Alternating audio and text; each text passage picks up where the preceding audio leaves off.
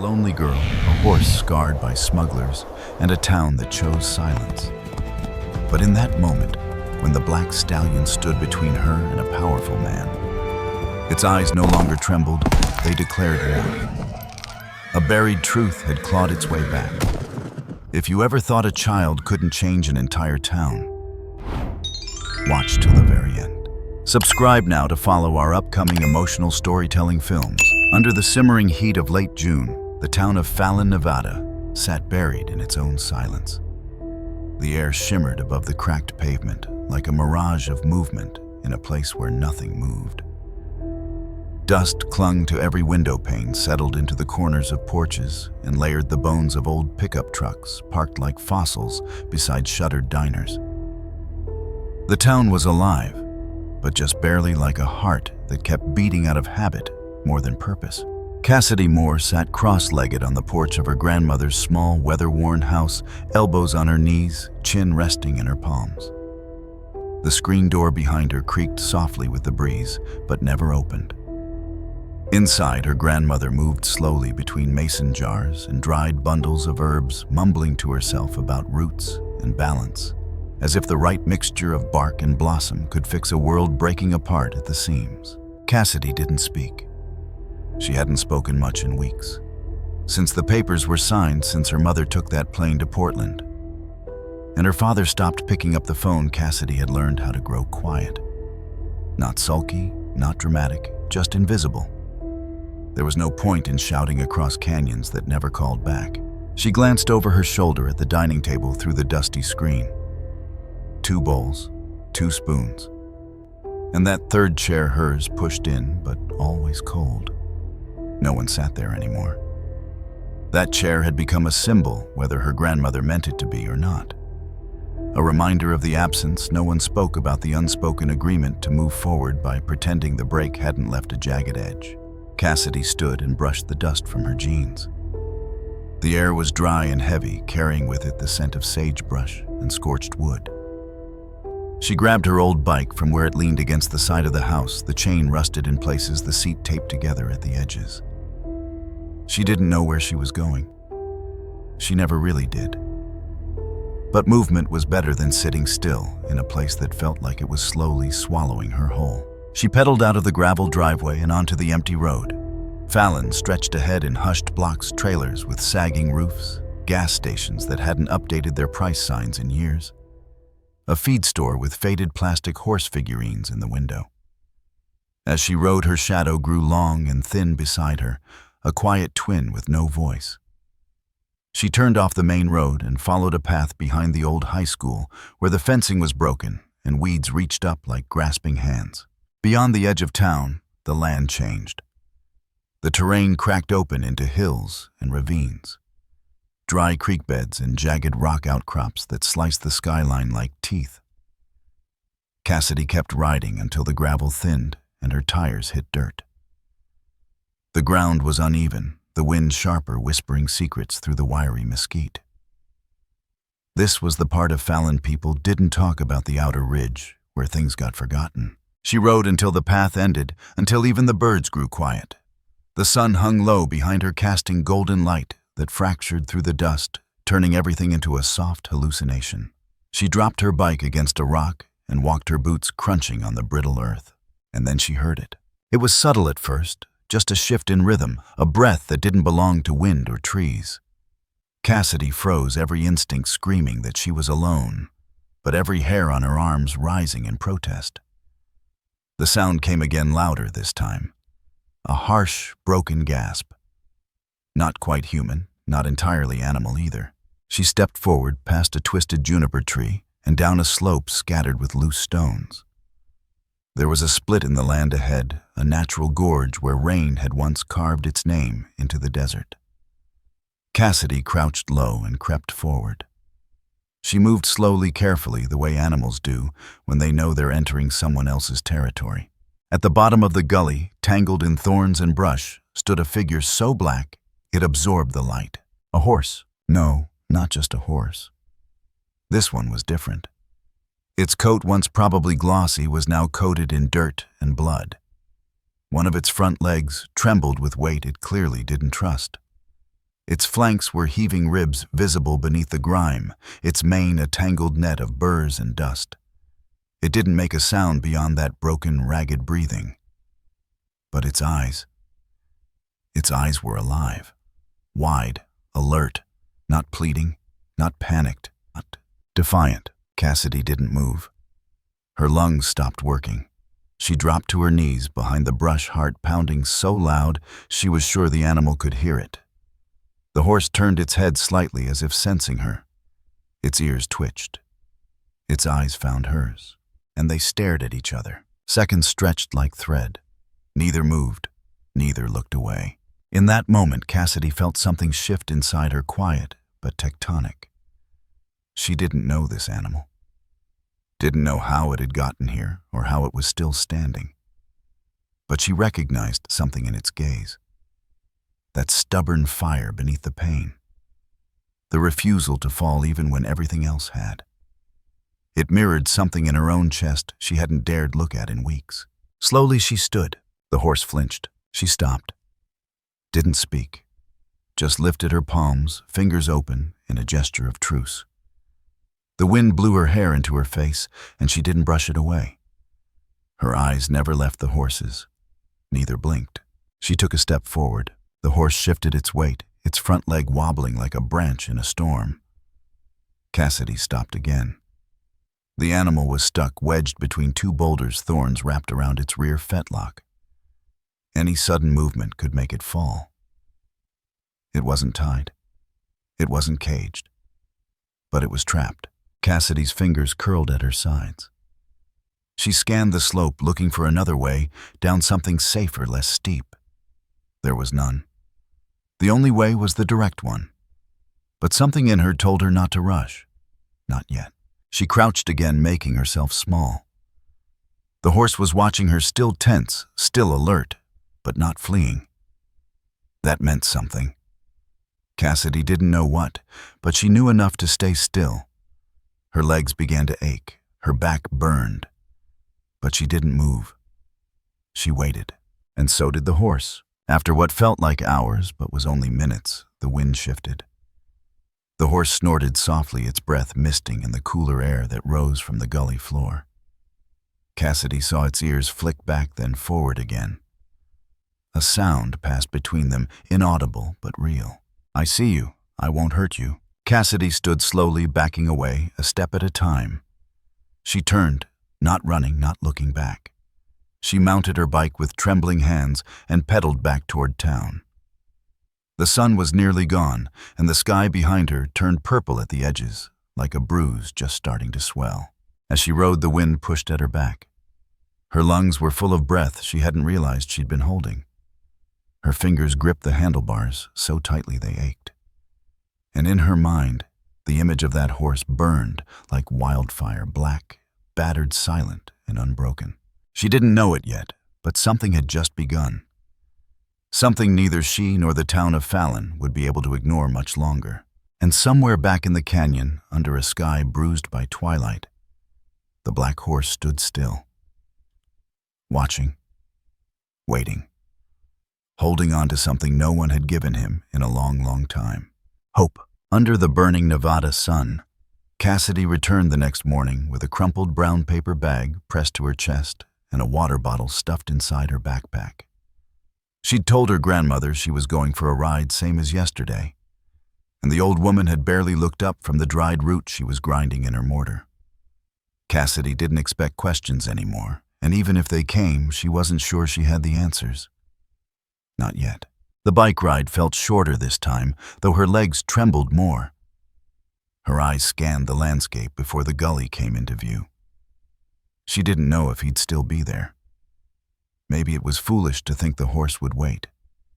But some part of her had been holding on to the idea like a thread all night, unable to sleep, clutching the image of those wide black eyes under a sky bruised with twilight.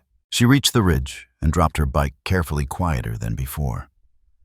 She moved slowly now, the way you approach a dream you're terrified to wake from. Her boots crunched softly on gravel as she crouched near the edge and peered down. He was still there. Echo, the name, had arrived in her head during the restless hours between dusk and dawn. stood exactly where she'd left him, as if the earth had paused for them both. His flanks still trembled, his ribs still pushed against his skin like bars.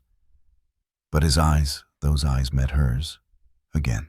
She lowered herself down the embankment, as far as she dared, keeping her movements deliberate. Each step was a silent offering, a gesture of non-threat. When she reached a flat outcrop about 6 feet above him, she sat down cross-legged and pulled the paper bag into her lap. She tore off a piece of bread and placed it gently on the flat stone near her foot. Then another. A third. No words, no whistles, no clucking of the tongue like she'd seen on ranch shows. Just quiet, steady motion. She opened the bottle and poured a small amount of water into the shallow lid, placed that beside the bread. Then she leaned back and waited. Echo's ears twitched. He lifted his head slightly, nostrils flaring. He didn't move toward her, but he didn't turn away either. That was something. Minutes passed. The sun shifted shadows bending around them, like time deciding whether to continue. Cassidy didn't move. She didn't check her phone. She barely breathed. Then carefully, achingly, Echo took a step. Not toward the food, not yet, but closer. Cassidy felt her chest tighten. She wanted to speak to encourage, but the moment felt too fragile, like if she exhaled too loudly, it might crack and disappear. So she stayed still. Echo stopped. He turned his head slightly as if to study her face. His body remained taut, every muscle ready to flee, but he didn't. He just watched her. Day after day, Cassidy came back. Some days she brought carrot-sliced apples, even a spoonful of oats, stolen from a neighbor's fence bin. She never tried to get closer than that flat stone. Never reached out. She watched his patterns, how he slept, standing, how he shifted weight off the injured leg, how his ears told stories his mouth never would. She learned to read his silences, and Echo in turn watched her. His first drink came on the 3rd day. His first nibble of bread on the 5th. By the 8th, he would step within a few feet before the tremor in his limbs returned. He didn't trust her. Not yet. But he hadn't run. Not once. And that meant everything. On the 10th day, the earth shifted literally. Cassidy had just crouched to refill the bottle cap when her boot slipped on a patch of loose shale. She lurched forward, arms flailing. Her body twisted to avoid rolling completely into the gully, but she went down hard, one knee scraping open against the rock, the other foot skidding into the thorn bush. She cried out, short, sharp, more surprise than pain, and tried to push herself up. Echo bolted. For a heartbeat, Cassidy thought he was gone for good. But then he stopped. He turned. His ears pinned back, his tail flicked in alarm, but his eyes, God, those eyes locked on her again. She sat frozen, wincing as blood trickled down her leg. He stepped forward, not in panic, not in fear, deliberate. Then something impossible happened. Echo stretched his long neck toward her nostrils, flaring. Cassidy blinked through the sting of tears and pain as he came closer. He hesitated, then reached out and grabbed her sleeve between his teeth. Gently, not yanking, not biting, just holding. Cassidy gasped. She couldn't move. Echo held her there steady as if reminding her, I see you. You are not alone. You are not broken in the ways you think. Her hands shook as she sat up straighter. Echo let go. His breath warmed the side of her face for a heartbeat before he stepped back. Cassidy burst into tears, the kind of crying that doesn't have words. No shape, just release. It rolled through her like thunder under skin. Her shoulders shuddered, her breath hitched. All the held-in grief from her parents, from the silence in the house, from the 3rd chair at the table, that empty chair she could no longer pretend didn't matter, poured out of her in waves. She buried her face in her hands and wept into the dirt. Echo stood still, not grazing, not fleeing, just watching. When the sobs ebbed, Cassidy sat there, breath raw, face streaked with tears and grit. She looked at Echo through swollen eyes, and he blinked once slow, almost like acknowledgement. In that moment, a silent pact was born. They were both abandoned, both scarred, both unclaimed, but not unseen. That night at dinner, Cassidy said little, as usual. Her grandmother scooped stew into bowls, the scent of bay leaf and sage mixing with the weight of unsaid things. Cassidy stared at her spoon, tracing its edge around the bowl. Then the old woman spoke. "Every soul born into this world," she said quietly, not looking up, "has a place it belongs. Even the strays."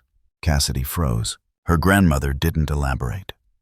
Didn't ask what Cassidy had been doing every afternoon. Didn't mention the blood on her jeans from the scraped knee or the slight limp in her step. But Cassidy heard her. Heard her in ways that echoed beyond words. She looked up. Their eyes met. And for the first time in a long while, Cassidy felt like someone might be seeing her too. Not completely, not all the way, but a start. The next morning, Cassidy woke before dawn. She pulled on her boots, tied a flannel around her waist, and packed fresh bread and water. She looked in the mirror. Her eyes were rimmed red, but steady. She didn't know what came next. Didn't know if Echo would still trust her after yesterday. But she knew one thing. She would keep showing up. Because sometimes showing up was the only thing you could do. And sometimes it was everything. The sun had just begun its climb over the peaks when Cassidy arrived at the canyon edge, her backpack heavier than usual. Inside, half a loaf of bread, a handful of cut-up carrots, and her grandmother's old Nikon still working despite the cracked screen. Echo was already there, standing quietly, near the same thicket of brush. His eyes followed her as she approached, not wary anymore, but still watchful.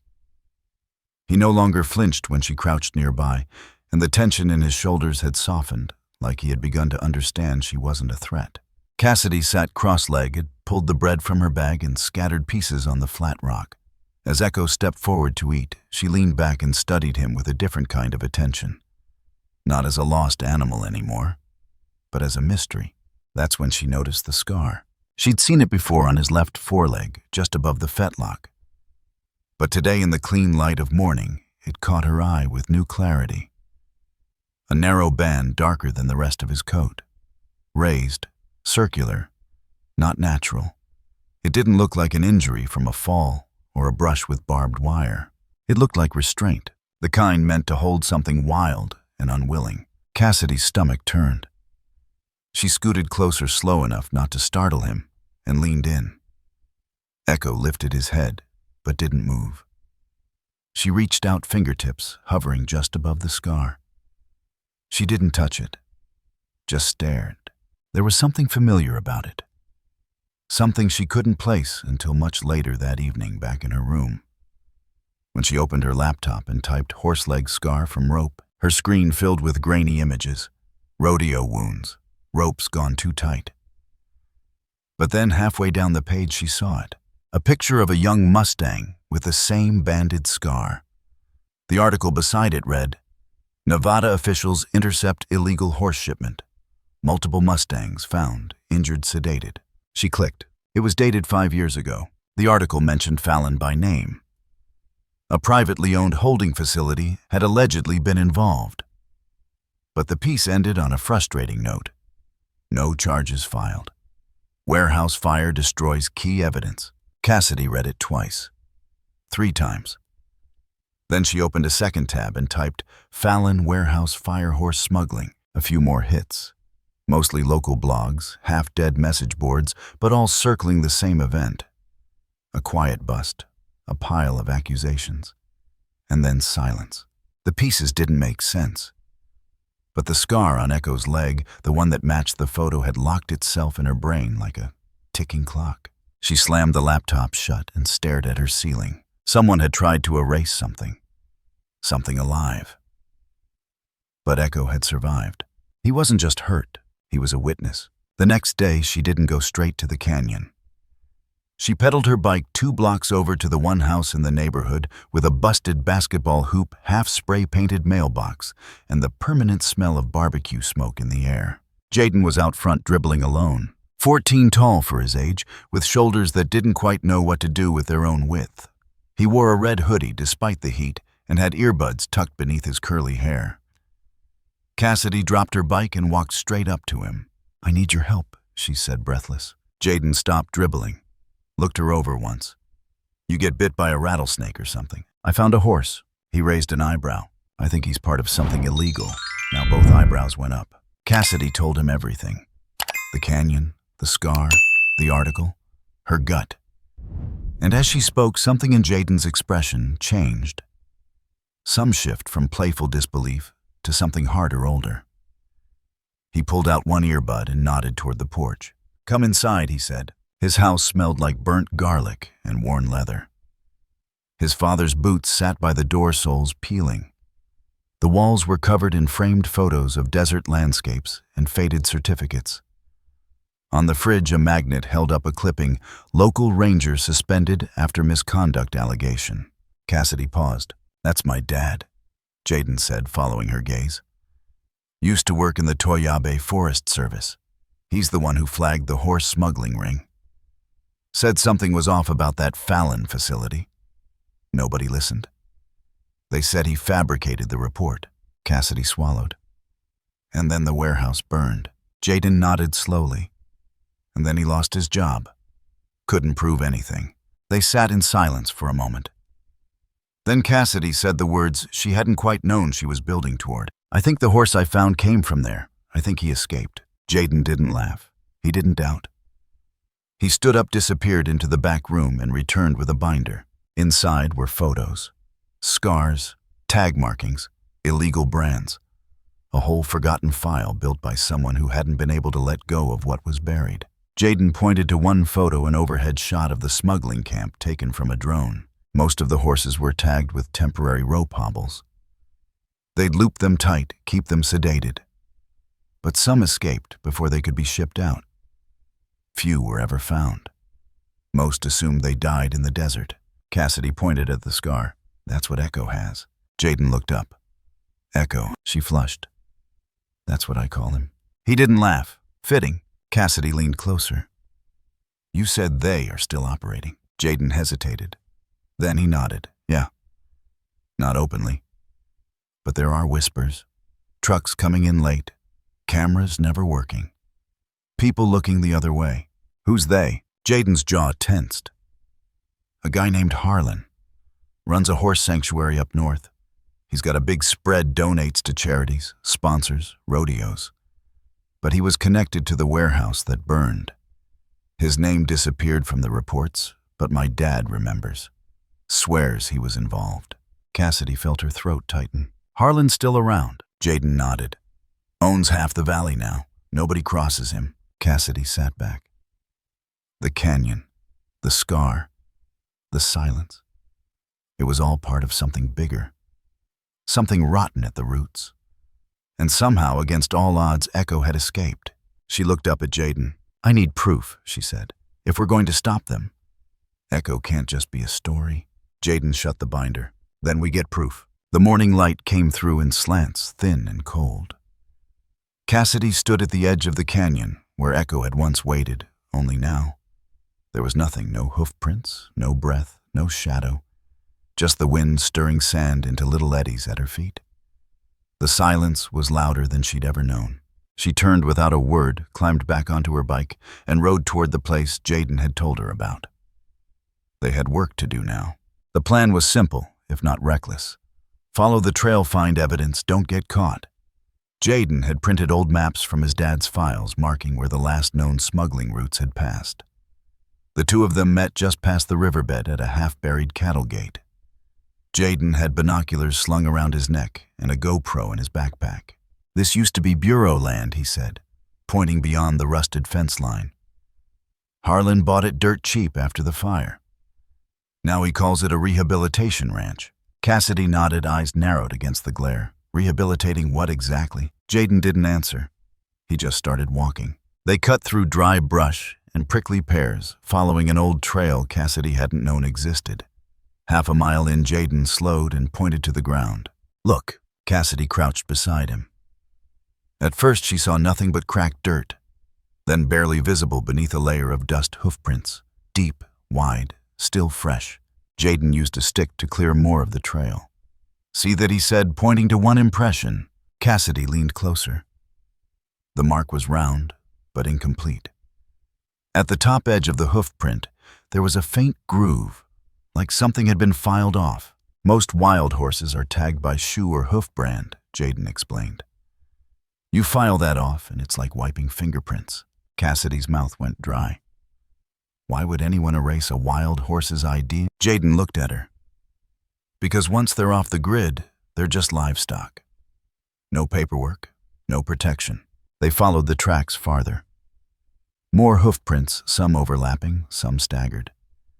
And all of them bore the same scar numbers. Symbols even natural wear had been filed or shaved down to nothing. Echo had the same groove, Cassidy whispered. Jaden nodded. You said he was afraid of people, right? That he didn't spook like a normal horse? Cassidy thought about Echo's gaze, how it held still even when his body trembled. Yeah. Like he knew what people were capable of. They kept moving. Trees thinned, replaced by dry fencing and worn tire tracks. In the distance, a barn rose from the dust like a fortress. It was too clean, too painted, too staged. Red slats, white trim, a fake Americana dream. Welcome to Harlan's Ranch, Jaden muttered. From this distance, it looked like a postcard. There were even wind chimes dangling from the porch, and a pickup truck washed so clean it sparkled. Cassidy stared through the binoculars. A few men were moving horses around the corral. One of them carried a clipboard, another wore surgical gloves. Jaden pointed again. That guy there, he used to work security at the warehouse that burned. Cassidy lowered the binoculars. How do you know? My dad recognized him in town. Said he saw him pulling trailers without tags late at night. Cassidy felt her stomach twist. Do you think they took Echo back? Jaden didn't answer right away. If they saw him wandering loose with that scar, yeah. They would have known he escaped. Cassidy clenched her fists. We have to do something. We need to tell someone. Jaden shook his head. It won't matter without proof. No photos, no ID tags. And they've been at this too long, they've covered their tracks. Cassidy stood, dusted her knees. Then we find proof. Cass, Jaden said, voice lowering. You don't understand who you're messing with. These people, they don't just move horses. They move money power favors. Everyone in this town either owes Harlan or fears him. She turned to him, eyes burning. I'm not afraid of him. Jaden looked at her a moment longer, then he nodded. Later that night, after sneaking in through her bedroom window and hiding her torn jeans under the bed, Cassidy sat across the table from her grandmother, spooning stew into her mouth with mechanical precision. The third chair remained empty. Her grandmother watched her carefully. Where were you today? Out. With who? No one. The old woman's eyes narrowed. You've been gone every day. Coming home with dirt in your hair and fire in your eyes. Don't lie to me, Cassidy. Cassidy dropped her spoon. Fine. I'm looking for something. Someone. Her grandmother's tone sharpened. Is this about the horse? Cassidy blinked. You knew. I'm not blind. You've been carrying bread and water like a pilgrim. And I know that look your mother had it when she tried to fix things that didn't want fixing. Cassidy swallowed. This isn't just about him. Something bad is happening. They're hurting animals, erasing them. I found proof. Her grandmother stood, palms flat on the table. You listen to me. You don't go poking vipers with a stick unless you're ready to get bitten. Cassidy stood too. So we just do nothing. Let them keep stealing and hurting because we're scared. The old woman's face hardened. You think I don't care? I've seen what this town does to people who speak out. We don't have anyone left to fight for us. Not your father. Not your mother. And if something happens to you, her voice broke. Cassidy felt the rage rise in her throat, boiling over, with a heat that had nothing to do with the stew. Maybe if someone had spoken up sooner, we wouldn't be sitting here pretending silence is safety. She grabbed her coat, stormed toward the door. Cassidy, but the door slammed behind her. She ran, out into the dry night where moonlight painted the desert silver. Her breath came fast, her lungs scraped raw. She didn't know where she was going, just that she had to get there. The canyon wasn't far, but it felt like a lifetime. She dropped her bike at the edge and scrambled down the slope, rocks slipping under her feet. Echo, she shouted. Nothing. Echo, it's me. Silence. Her voice cracked. Please. The shadows answered her only with wind. The clearing where he had once stood was empty. No hoof prints. No breath. No shape moving in the dark. Gone. She fell to her knees, dirt grinding into her palms. gone. A hole opened in her chest, one she didn't know how to close. She hadn't realized how much she'd been holding on to Echo, how he had become her lifeline, her compass, her proof that she wasn't the only one broken in secret.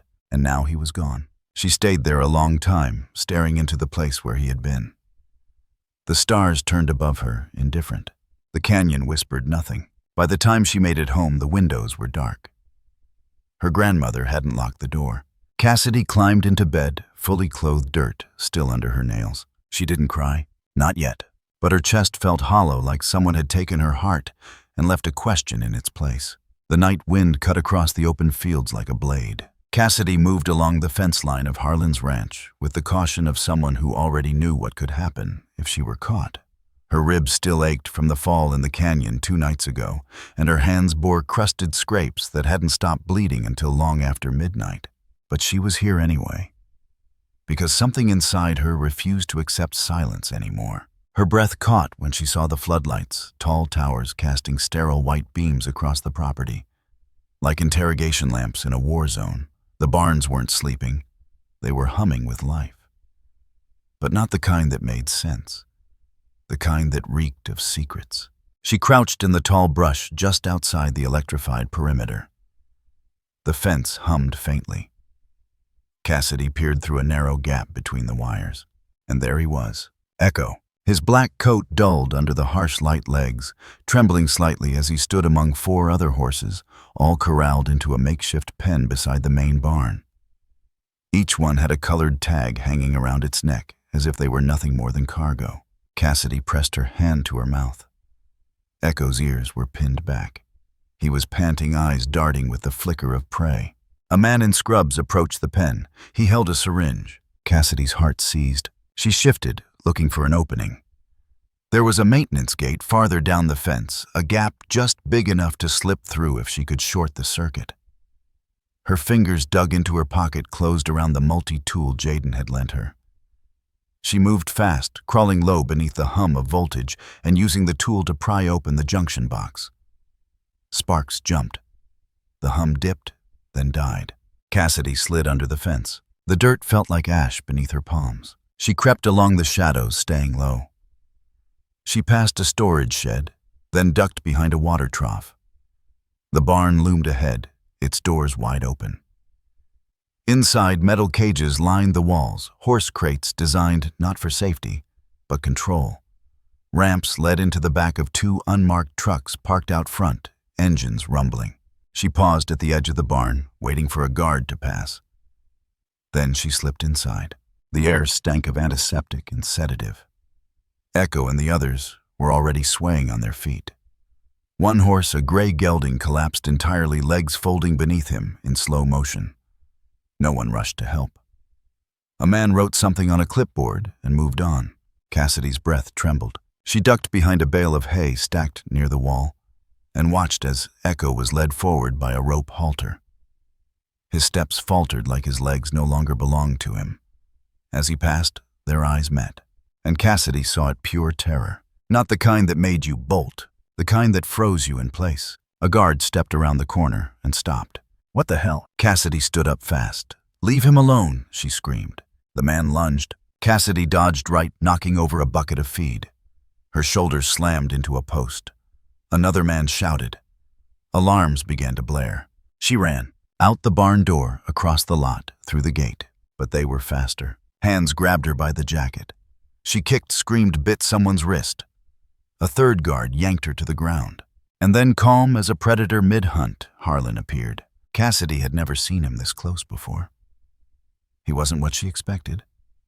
No cowboy hat, no rough exterior. Just a clean suit, dark glasses, and a smile that never reached his eyes. "Well," he said, crouching beside her. "You're the little girl with the ghost horse." Cassidy spit at his shoes. Harlan didn't flinch. He reached out and wiped the dust from her cheek with a gloved hand. "You shouldn't be here, Cassidy. This is a dangerous place." "You're hurting them," she snarled. Harlan laughed softly, like she was amusing. "No one's hurting anyone. These horses are being relocated. To better homes, safer lands." "You're a liar." He leaned closer, voice dropping to a whisper. "You think anyone will believe you? You're 12. You're angry. You've got no one behind you. She stared at him, hatred raw in her throat. But you've got spunk, he continued. I admire that. Reminds me of my daughter. He stood brushing off his knees. Still, you're trespassing. That's a crime, you know. I'll go to the police, Harlan smirked. And tell them what? That a rich man is saving horses too quietly for your liking. She tried to stand, but a guard shoved her back down. Harlan paused. Then his smile faded. You want people to listen to you.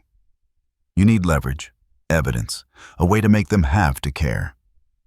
Right now, you're just noise. He signaled. The guards dragged her toward the truck lot. Cassidy twisted, kicked, screamed. She bit one on the arm. Another cursed. She slammed her elbow into a rib cage and tore free. She ran down the gravel road across the paddock, her lungs burning. Her vision narrowed to the shape of escape. A shot rang out, no bullet, just a warning. She didn't stop. Another guard lunged. She veered left, slipped in the mud. Her knees hit gravel, sharp and deep. She pushed herself up, pain flooding her limbs. She cleared the fence line, scrambled up the hill, and vanished into the dark. She didn't stop running until her lungs gave out. She collapsed in the dry grass arms, bleeding, her back slick with sweat and dirt. She lay there staring up at the stars. She didn't cry, not at first. Then her body started shaking. And she couldn't stop, not from the pain, but from the truth. She couldn't save him. She couldn't save any of them, and no one was coming to help. The fever came like a flood, slow at first, then all at once. Cassidy's body collapsed the morning after her escape, her knees buckling as she tried to climb through the kitchen window, blood dried on her side, gravel embedded in her skin. Her grandmother screamed when she saw her, more a gasp, strangled and sharp, as if grief had been waiting just behind her throat and now finally had a reason to break loose. They laid her on the couch, stripped her down to her undershirt, cleaned the wounds with warm water and bitter herbs. Her grandmother's hands were steadier than they had a right to be, but Cassidy didn't respond. Her eyes fluttered beneath shut lids, lips parting only to whisper words no one could hear. The fever burned into night. She didn't dream, not in the usual way. She found herself in a wide field blanketed in snow. The world was silent, soundless, like a photograph half faded by time. Her breath curled in front of her in thick clouds. She wasn't cold, just waiting. From the edge of the white came a shape, dark, steady, slow, Echo, but he didn't look injured or afraid. He moved with elegance, his hooves not sinking into the snow, but gliding, like he was made from something older than bone. Cassidy tried to call out, but no sound came. He stopped just in front of her, towering and calm. Then from his mouth he lowered something carefully, like a parent placing down a memory. A wooden chair, not just any chair. The third chair from their kitchen table. The one that had always remained empty since the divorce. The one no one dared speak about. Cassidy fell to her knees, reaching out to touch it. When her hand brushed the seat, the snow around her turned warm, melting into rich earth. Flowers bloomed at Echo's hooves. The wind returned with a sound not of pain, but of voices. Her mother's laughter, her father's music, and a whisper low, almost sacred. You are not invisible. You were never invisible. Echo looked at her one last time, and then vanished. She woke with a gasp, choking on dry air and salt. Her grandmother sat beside her, eyes swollen from nights without sleep. The room smelled of camphor and lemon balm, windows half open to let the wind in. Cass, the old woman breathed, reaching for her. Cassidy's throat cracked. I saw him. Tears spilled down her grandmother's cheeks, too sudden to be controlled. You were gone for 2 days. You were burning up. Cassidy tried to sit up, failed, then tried again. The pain made her hiss, but she was awake, alive, and not done. That afternoon, just as the sun began to retreat behind the cottonwoods, a knock came at the door. Cassidy's grandmother answered, cautious. It was a man, late 60s, corduroy jacket worn at the elbows, leather satchel slung across his shoulder. His glasses were crooked, and his face held the kind of sadness that never really leaves. Neil, the grandmother, said, stunned. He nodded. Heard she was sick. Thought I'd come. Cassidy recognized the voice before she saw him. Mr. Neil, she rasped from the couch. He stepped in gently, removing his cap. Hey, kiddo. Cassidy tried to smile, but couldn't quite manage it. Mr. Neil had been her science teacher 2 years ago, back when she still liked school before everything started breaking. He was quiet, thoughtful, the kind of adult who never talked down to kids. The kind who once spent 3 whole weeks building a terrarium with her after class just because she asked. But then he vanished. No one told her why. "I didn't know you still lived here," she said. "Barely do," he replied, settling beside her. "I stick to the hills these days. Keeps my head clear." She looked at him for a long moment. "Why did you leave?" Mr. Neal glanced at the floor. "Lost someone. My daughter. Her name was Kara." Cassidy blinked. "What happened?" He took a breath, like it cost him something. "She was 17. Tried to blow the whistle on an illegal landfill Harlan's people were operating near the riverbed. Said it was poisoning the water, making people sick. No one listened. Then one night she crashed on the way home from school. They called it driver error." Cassidy's chest tightened. "But it wasn't." He added, voice steady now. "We know it wasn't." The room fell silent. Cassidy's grandmother brought tea but didn't speak. She only placed the mugs down and walked away, her shoulders heavy. "I didn't come here to rehash pain," Mr. Neal said. "I came to give you something." From his satchel, he pulled a folded piece of parchment, aged, yellowed brittle at the corners. "A map?" Cassidy asked. "Of sorts. My daughter made it. Documented every suspected route Harlan used over the years. Water crossings, fuel stops, remote barns, places nobody thinks to look." Cassidy took it, her fingers trembling. "You've already seen too much," he said quietly. "But now, you have a choice." She looked up. "You can run from it, or you can burn it down."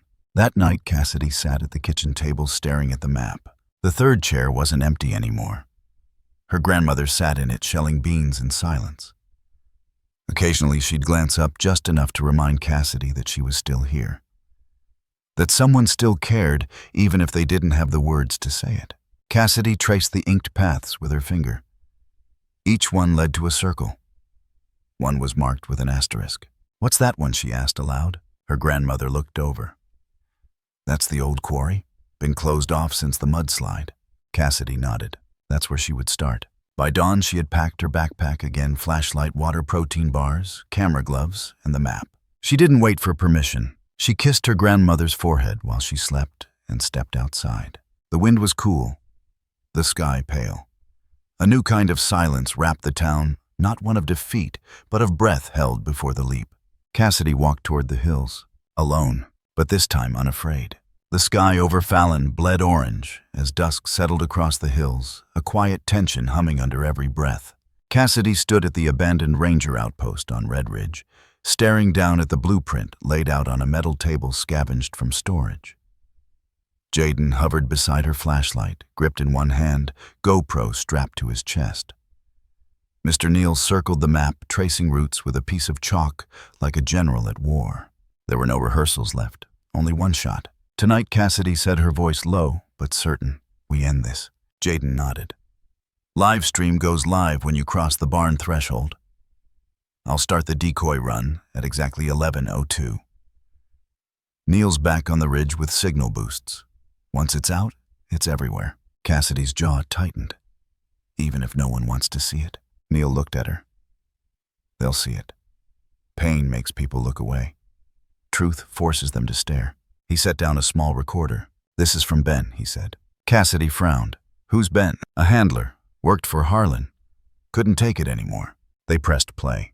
The voice was shaky, tired, but full of guilt. And they used sedatives to control the horses, sometimes double-dose the wild ones. Harlan says it's humane, but I've seen them collapse mid-transport. Some never get up again. If anyone finds this, I didn't want to die a coward." Cassidy blinked, hard fingers curling around the edge of the table. "Did he survive?" she asked. Neal didn't answer. Cassidy knew what that meant. 11:01 p.m. Fallon slept. But the hills were waking. Jaden crouched near the south fence line of Harlan's ranch, flashlight, off phone mounted and ready. Cassidy hid behind a collapsed feeder barrel near the northern paddock, knees pressed to her chest, heart pounding so loudly it felt like a drum beat against the stars. Across town, Neal sat in his truck on high ground, laptop open, satellite booster blinking green. A second phone was patched into the livestream platform. Cassidy's profile was anonymous, but every townsperson on her hidden contact list had already received a link. "Do not look away," The caption read. The timer on Jaden's watch ticked over, 11:02. A loud crash echoed from the south gates, then a second. Then yelling, flashlights flared. 2 guards scrambled from the barn, one shouting into a walkie. Cassidy moved. She slithered along the shadows past the stables, past the cages straight to the central barn. It was quieter than she expected. Too quiet. Inside, the air was thick with chemical musk and hay rot. The overhead lights flickered. Metal crates lined the walls, and a single halogen lamp illuminated the center of the space, where Echo stood, tethered, restrained muscles twitching. A needle already pierced his neck. Cassidy froze. She could see it, the IV drip connected to a plastic bag, labeled with numbers she didn't understand. But one word leapt out at her: ketamine. Her stomach turned. Echo was swaying, eyes, half-lidded legs bending like rubber. "No," she whispered, sprinting forward. She reached the bag, yanked the tube free. The fluid sprayed across her shirt as she ripped the needle from his neck and tossed it across the room. Echo snorted, startled, but stayed upright. Cassidy flung her arms around his neck, forehead pressing to his mane. "I'm here," she whispered, her voice breaking. "I'm here. Please stay with me." Echo whinnied, weak but clear. Footsteps behind her. Then the cold, unmistakable voice. Well, Harlan said, "Isn't this a reunion?" Cassidy didn't move. "Get away from him," he ordered. Cassidy turned slowly, arms still around Echo. A half-dozen guards stood behind Harlan now. 2 carried tasers. One had a baton. The others wore expressions of smug certainty. "I said get away," he repeated. Cassidy stared at him, and then smiled. "You should smile more, Mr. Harlan," she said. "People are watching." A small beep chirped from her backpack. The GoPro's light blinked red. Recording. Streaming. Live. Harlan's eyes flickered. "What did you do?" Cassidy pulled the camera from her bag and held it up, her arms trembling. "You said no one would believe me." "But what if they didn't have to?" One of the guards lunged. She ducked behind Echo, who reared back, kicking at the stall wall. The sound echoed like thunder. Harlan cursed. "Shut it down." Outside, Jaden's voice rang through a speaker, looping. "This is a live broadcast. Fallon, look at what your silence paid for." Neil's footage, spliced in next clips of sedated horses, blurred faces, the testimony of Ben layered over all of it. Inside the barn, the camera caught everything. The crates, the tags, the fear in Echo's eyes. Cassidy lifted her voice. "People of Fallon, this is what your donations built. Look, listen, don't pretend you didn't know." Harlan rushed forward, grabbing her arm. Cassidy didn't flinch. "Touch me again," she hissed, "and every second will be replayed on every platform by morning." He froze. Even power has a boundary, and sometimes it's an audience. Outside, horns began to blare. Police sirens. Phones buzzed all across town. One of the younger guards stepped back. "I didn't sign up for this," he muttered. Another dropped his taser. The spell was breaking. Harlan looked around, suddenly exposed his power, unraveling under the weight of one brave, trembling girl and a camera. Cassidy took Echo's halter. "Let's go home," she said. He followed. The barn lights flickered above like dying stars. Dust curled in the air, thick with tension and the smell of sweat, fear, and old hay. The moment felt suspended, stretched so thin it could snap at the smallest sound. Cassidy stood frozen near the center aisle, one hand still resting on Echo's mane, the other gripping the camera like it was a lifeline. Echo's breath was shallow, but his body had stopped trembling. Then Harlan moved. He grabbed Cassidy by the wrist, yanking her forward with such force that the camera clattered to the ground, spinning once before landing on its side, still recording. The red light blinked, blinked, blinked. The camera caught everything. "You think you've won something?" Harlan hissed, dragging Cassidy toward the center of the barn, toward the glare of the floodlight that hung above. "You think people care about your little show?" Cassidy didn't answer. He tightened his grip. "You think this stunt will change anything? You're a kid. You don't even know what you're playing with." Still, she said nothing. She turned instead slowly and locked eyes with Echo. The black horse had stepped forward, hooves' deliberate ears pinned back, his body suddenly rigid with instinct. Cassidy didn't speak, but her gaze said it all. "I'm not afraid anymore." Harlan followed her eyes, scoffed and yanked harder. "What are you going to do, girl? Cry into your camera." That's when the barn doors creaked open. A figure stepped in, casting a long, thin shadow against the barn's center beam. It was Neil, still in his worn coat, laptop bag, slung over his shoulder hair tousled from the wind. His voice was low, gravel rich. "She's doing the thing you never did, Harlan." The older man turned surprise, cutting across his face like a flash of lightning. "She's telling the truth." Neil stepped closer, hands empty but steady. "That night in '04, he said, when you had my daughter's evidence destroyed when the town let it happen, do you remember?" Harlan's eyes narrowed. "You're full of ghosts, Neil." Neil's smile was soft, sad, but not afraid. "And you're full of rot." The silence that followed was long. Then Echo moved. One step, two. His tether snapped loose with a sharp crack. The barn rang with the sound of it a whip through the stillness. Cassidy barely had time to turn. Echo surged forward, not wild but resolute. He pushed his massive body between Harlan and Cassidy with shocking force, knocking the older man back 2 full steps. Harlan stumbled, landing hard on the floor, the air whooshing from his lungs. Echo reared, not in panic but in defiance, hooves pawing at the air. His silhouette against the barn light was enormous, breathtaking. A black statue chiseled in fury and loyalty. Cassidy pressed her hand to his chest. "Easy, boy." Echo held. The red light of the camera kept blinking. "Streaming." Neil stepped beside Cassidy, gripping her shoulder. "You okay?" She nodded. Outside sirens rose. Closer. Then doors burst open. Police officers flooded in 2, then 5, then more weapons drawn, but faces confused. They didn't expect a child, a horse, and a room full of cameras. One officer, the sheriff, recognized Neil. "Neil Thompson." "Yes," he replied. "And you're on livestream." "So are they." The officer turned, saw the blinking red light. Behind him, townspeople began to appear. First a few, then dozens. Phones in hand, faces pale. The broadcast had summoned them. Fallon had come, pulled by guilt, curiosity, or something deeper. Harlan rose from the floor, brushing dust from his suit, voice calm. "This is a misunderstanding. We were preparing for lawful transport." Cassidy stepped forward. Her voice was quiet, but it cut like a blade. "Did Ben misunderstand when you left him behind?" The sheriff blinked. "Ben Keller." Neil handed over a flash drive. His full statement. Signed. An officer handcuffed one of the guards who had tried to flee. Another opened one of the cages. Inside was a foal, sedated but alive.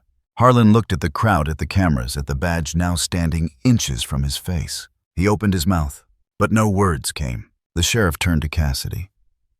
"Is this your footage?" She nodded. "All of it." Echo nickered softly. The barn fell still. And in that stillness, the truth stood up and walked on 4 hooves. Fallon Community Hall hadn't seen this many people since the 4th of July parade in '93. Now, every seat was filled not with laughter or picnic baskets, but with something far heavier reckoning. The air buzzed not with festivity, but consequence. Cassidy sat in the first row, her jeans still dirt-stained, her hands folded neatly in her lap. She wasn't dressed for court. She wasn't pretending to be older than she was. She was simply present, fully. Behind her, in the open loading area of the hall, where the sun filtered through wooden slats, stood Echo, calm, tall, proud. A single rope lay loosely across his chest, not tethering him, but gently reminding the town that trust cannot be forced. His ears twitched with the murmurs of the crowd, but he didn't move. His presence was not a disruption. It was a statement. The hearing officer, a woman in her 50s, with sunburnt cheeks and a slow, deliberate cadence, called the meeting to order. The deputy stood beside her with a folder thicker than any Fallon had seen in years. "All testimony today," she said, "will be recorded, archived, and made available to state authorities. This hearing is open to all members of the community." Cassidy's fingers curled around the edge of her chair. Neil sat behind her, hands resting on his knees. Jaden flanked the aisle, arms crossed, camera already rolling. Then it began. The first voice to rise was a woman, elderly, wrapped in a green shawl that smelled faintly of cedar and memory. "I sold hay to the Harlan Ranch for 17 years, she said, voice dry but steady. "I always thought it was strange. The orders kept getting bigger, but I never saw more horses. Just new trucks." She paused, and once I asked about the crates, big wooden ones. Too small for adults, too heavy for foals. He said they were for equipment, but I knew. The officer nodded. "Your name, ma'am?" "Elsie Parks." The name meant something. Heads turned. She had been the midwife for half the town. Another voice stood up. A man in a wheelchair. My brother worked maintenance. He disappeared 2 winters ago. Said he'd seen something in the lower barn, never came home. Someone else rose. My son used to fix the electrics. He told me the voltage wasn't for animals. It was for people. People who might wander in where they shouldn't. More murmurs. One by one, the citizens of Fallon stood. A ranch hand, a school teacher, a postman. Each had a scrap of truth. Each one had at some point known, not consciously, but in the deep animal way people know when something is wrong. And each for their own reasons, fear, money, comfort, had said nothing. Until now. Cassidy sat still through it all. Not because she was unmoved, but because she was the eye of a storm. She had already wept, already fought, already screamed. Now she listened. Echo behind her breathed softly. Then came the final testimony. Sheriff Callahan stood. I won't pretend I didn't know Harlan was untouchable, he said. We all did. That's how he built this whole thing. We kept thinking, not my job. We let the silence grow so loud it became normal. He turned toward Cassidy, and then a 12-year-old girl reminded us what courage looks like. Harlan sat in silence at the defense table. He wore no tie. His jaw clenched so tightly the muscles twitched. For the first time in decades, he had no script, no handlers, no exit. The hearing officer opened the final folder, clearing her throat. In light of the evidence provided, both physical and testimonial, this court rules the following. She read slowly, deliberately. The Fallon Horse Rehabilitation Center, under the management of Harlan Greaves, will be permanently closed. Assets frozen pending investigation. 2 Harlan Greaves is remanded into custody and will be transferred to state authorities on charges of animal cruelty, illegal transport, obstruction of justice, and conspiracy. Gasps rose, but no one objected. It was the kind of justice Fallon had never believed it would see. The officer looked up. 3. The horse known as Echo, identified as both victim and symbol, in this investigation is hereby released from federal hold. He is free. Applause erupted, not wild or chaotic, but deep from the chest. The sound of a town exhaling after years of holding its breath. Echo took a single step forward. Cassidy turned to him. Their eyes met. She smiled not in triumph, but in relief, because it was over, and because it was only just beginning. Fallon woke different.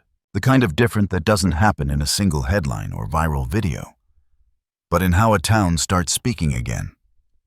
Less with noise, more with listening.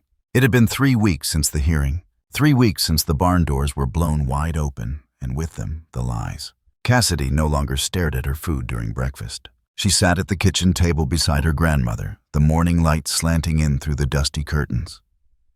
The old oak table still groaned when someone leaned on it. The same chipped mug sat near the edge. But something had changed. The third chair, long left in the storage shed like a ghost, was back, set gently at the end of the table, placed there not by accident, not as furniture, but as forgiveness. Her grandmother did it without a word. She simply walked out back one afternoon, returned dragging it behind her, and set it down. Then she poured Cassidy another cup of tea and smiled. Not everything needed to be spoken. Echo was moved to the Nevada Wildlife Rescue Station 2 towns over. But he wasn't just another rescued animal. He wasn't caged or tagged or kept out of reach. He lived in a special pasture near the edge of the sanctuary, where kids mostly could come and stand in silence beside him. They never rode him. That wasn't what he was for anymore. He had become something else, a symbol, a living one, a reminder that survival wasn't just possible, it could be public. The staff called him the Black Sentinel, but the children, they just called him Echo. He always turned when someone said his name. Cassidy and Jaden started something no one expected. It began with a bulletin board flyer in the town library. You heard animals, so did we. Let's talk. Cassidy and Jaden Fallon, Youth Protection Circle. At first, only 2 kids showed up. One of them had once been caught throwing rocks at cats. The other had chased a dog into traffic. They didn't come to be punished. They came because someone offered a space where the broken parts of them didn't have to be hidden. Where anger was met with story, where cruelty was answered with cause. Cassidy didn't lecture. She told them about the night Echo stood between her and a man who thought money was louder than truth. Jaden brought old vet reports, taught them how to read a wound, not just on skin, but in behavior. If it flinches when you raise your hand, it's not mean it remembers. Over time, the circle grew. By summer, they had 15 kids, a borrowed room at the rec center, and a field trip planned to the rescue sanctuary. By fall, they were lobbying the school board to add an elective course, animal empathy and responsibility. It passed, unanimously. One morning, Cassidy came home to find a package on the porch. No address, no postage, just a small note. "You reminded me how to speak, N." Inside was a first edition proof spine still warm from the press. Echo, The Voice from Below by Neil Thompson. The cover showed a girl standing beside a horse near a cliffside, the wind lifting both their hair. She opened it. The dedication read, "For Cassidy Moore, who taught us that the smallest voices are sometimes the most deafening." Her hands trembled as she closed the book. That night she placed it on the third chair. Let it sit, let it breathe. Fallon had always been a town of fences. Wooden ones, wire ones, silent ones. Invisible walls that kept people in their lanes, kept secrets tucked beneath polite nods and barbecue Sundays. But now, there were murals being painted on those fences. One showed Echo standing tall in a golden field. Another showed Cassidy, her arm outstretched. Between them, instead of reins, a thread of light. The mayor, once skeptical of online drama, held a town-wide vote. The land from Harlan's ranch, seized by the state, was transformed into the Echo Sanctuary for Ethical Wildlife Rehabilitation. Jaden's mom took a position there. So did Elsie Parks, the woman with the shawl who sold hay. She taught kids how to grow the feed themselves, organically, respectfully, quietly. Neil was asked to speak at the State House. He said no. Instead, he read aloud from Chapter 7 of his book, right on the courthouse steps of Fallon. And the town listened. Cassidy sometimes still had nightmares. In them, the fence was too high. The camera battery ran dry. Echo fell. But now, when she woke, her grandmother was already there. Tea in hand. The chair waiting. And Echo, still free, still watching. Not just from a field, but from every corner where silence once ruled. Because silence was no longer king in Fallon. Truth was, the sky stretched wide above the Nevada plains, painted in dusk and dust soft hues of lavender and ash, folding into one another like a tired breath. Cassidy stood near the southern gate of the Nevada Wildlife Rescue Station, clipboard in hand, wind tugging at her braid. She had grown taller barely, but it wasn't her height that made people stop and look. It was the way she stood, like someone who had faced something enormous and chosen not to run. Behind her, Echo grazed in his field, calm, unbothered, his coat dark as obsidian, his eyes reflecting the quiet of the earth. The scars on his body had faded, but never vanished. And neither had hers. The gravel crunched. Cassidy looked up. A girl, maybe 9, stood at the gate. She was thin, pale beneath layers of dust. Her shirt was too big, her backpack worn nearly to threads. She said nothing, just stood, hands at her sides, staring at Echo.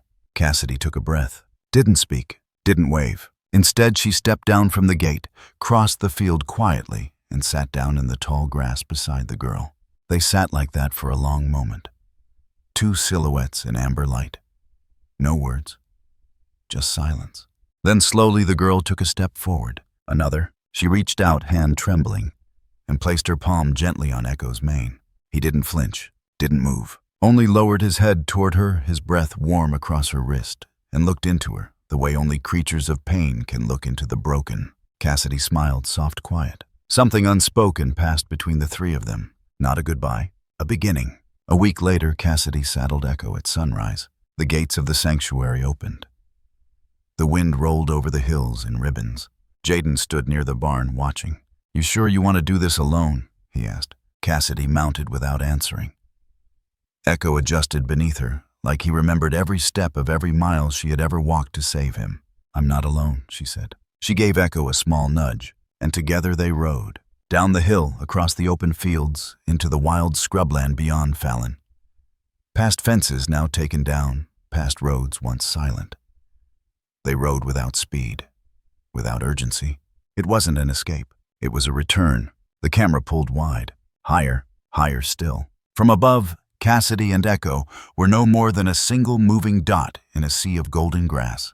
But something else appeared. In a quiet corner of the Moore home, lit by morning sun, the kitchen table waited. It no longer had just 3 chairs. It now held a long wooden bench, worn but steady, big enough for anyone who needed a seat, big enough for all those who had once been voiceless, bruised, or broken, big enough to hold a promise. And in that promise lived a truth. Even the most silent of echoes can one day become the loudest voice in the room.